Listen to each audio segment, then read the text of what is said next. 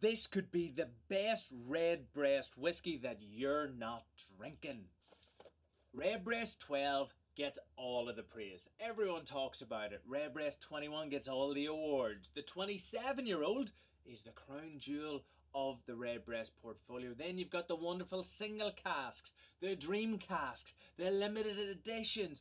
People talk about them all the time. But why don't they talk about the 15-year-old?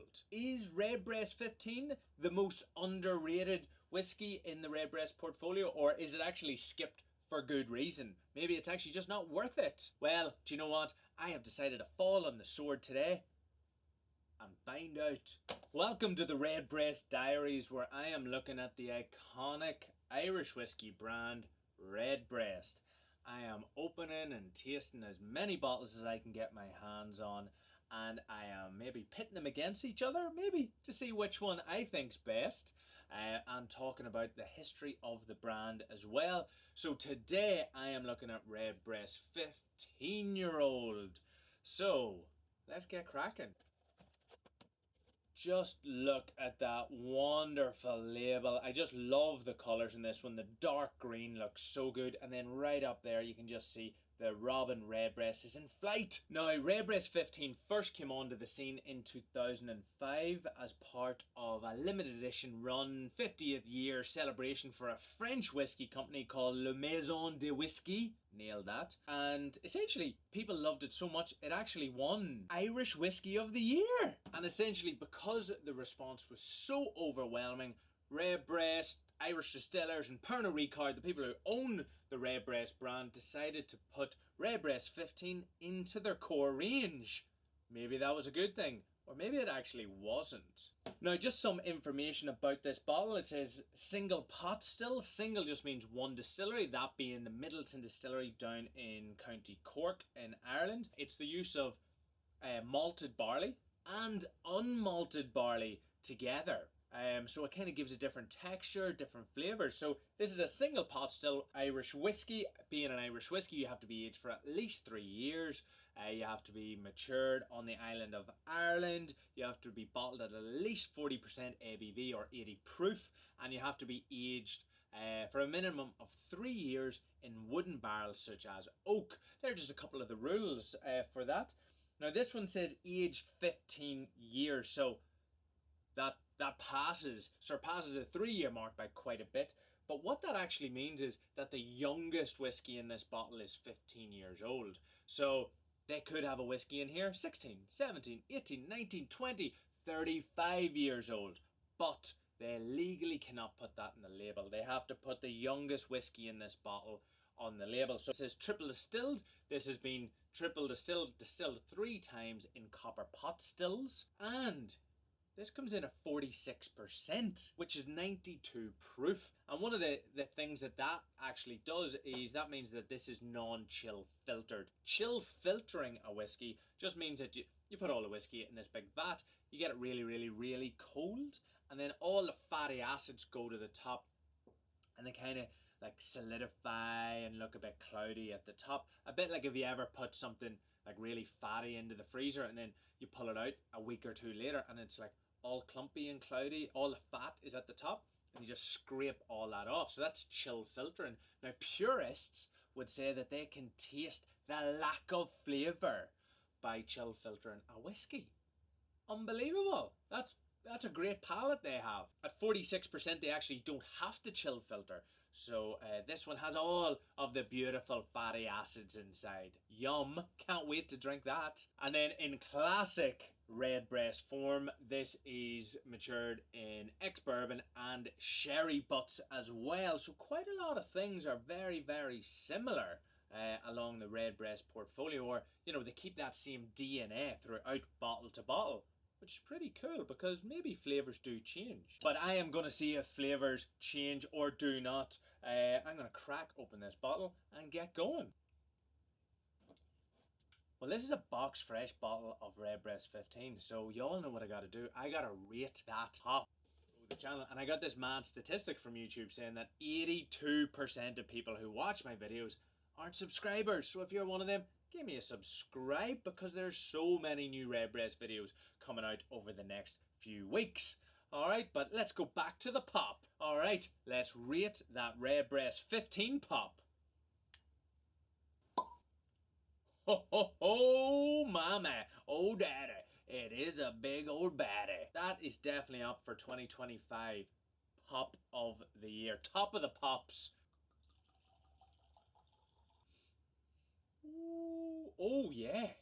Oh my god. I just got this huge hit of like butterscotch and almond just straight away. Oh, that's so delicious. That's quite an exciting nose. I wasn't really expecting that instantly coming off. Oh yeah, that oak is there. There's definitely that pot still creaminess that I've gotten to enjoy from Redbreast in the past. Oh, some sort of like citrus, maybe even tropical fruit there. I must admit, this nose is the most intriguing nose I've tried out of the Redbreast range so far. It's quite fresh as well, but there's like a dryness, like an overall dryness to all of those aromas. Like, but that nutty almond honeycomb is just there. It's actually class. I could probably sit and smell this. This bottle so far is worth just opening to hear the pop, obviously, and just to smell that. Nice. So let's hope that kind of follows through onto the palate. Okay. Intriguing, yes. So unlike the classic Redbreast, like you don't get that wave, that initial wave of vanilla clicking on the top of the tongue. It's more that dryness that we like got on the aroma is definitely coming through onto the palate. Almost like, if you ever like peel a grapefruit and you zest the zest onto your tongue, it's kind of got that dry bitterness, but it's not bitter, but it's got that dryness, that tannicness, that little like lick of citrus along the tongue. It's very, very different, that's for sure. And I must admit, there's a flavour here I just can't put my finger on. Like I just can't figure out what it is. It's like dry, but there's flavour to it. Like all those other flavours are there. Like it's complex. Like I'm getting that honey. I'm getting that dryness from the grapefruit S coming in there. I'm getting a wee hint of the barrel. I must admit, I probably don't get that much sherry influence onto this one. Wee hint of nutmeg again from those pot still spices. But all in all, I think that the sherry really doesn't seem to be here in the classic sense that you would expect in a Redbreast whiskey. I think it's playing with the age and how the bourbon cask has evolved over those extra couple of years. Yeah, honestly, oh, pears, yeah, like a poached pear.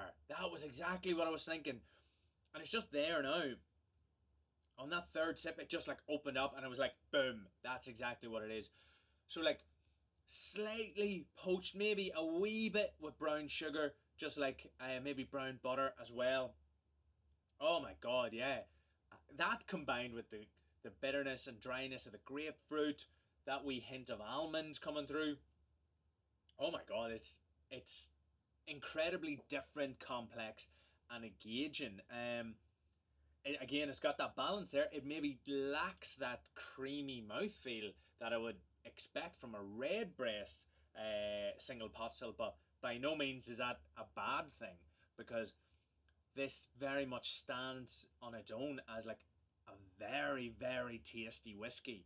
And then that finish is definitely medium to long, but I'm not too sure if that's because I'm concentrating so much and trying to figure out more flavors. But at the end, that finish is definitely that like kind of cracked black pepper sort of finish just coming in now. It's actually quite nice, kind of moorish at the end as well. Yeah, medium to longish sort of finish there. Yeah, I like that. And you know what? I can add water to my whiskey if I want, and that's what I'm gonna do. So there we go. We bit of ishka into the ishka baha. Ooh, I'm not sure the water's done it any favours. Seems to have dampened out that big, beautiful note that I loved. That almondy sort of honeycomb. There's definitely the vanilla element coming through there, but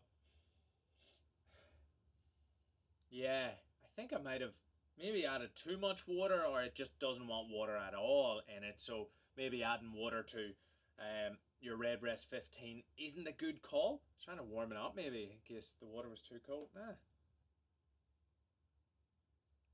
Fair enough. On the palate, that pear note is now like pinging off my tongue. It's very apparent. Maybe those pot still spices aren't there enough anymore. Wee hint of the vanilla, but all in all, I think I shouldn't have added any water. Right? I'm trying to pull something out now that isn't there. Don't add water to Redbreast 15, in my opinion. Yeah, it's not very. I don't think it's very good. So now looking back to that question, is this worth it?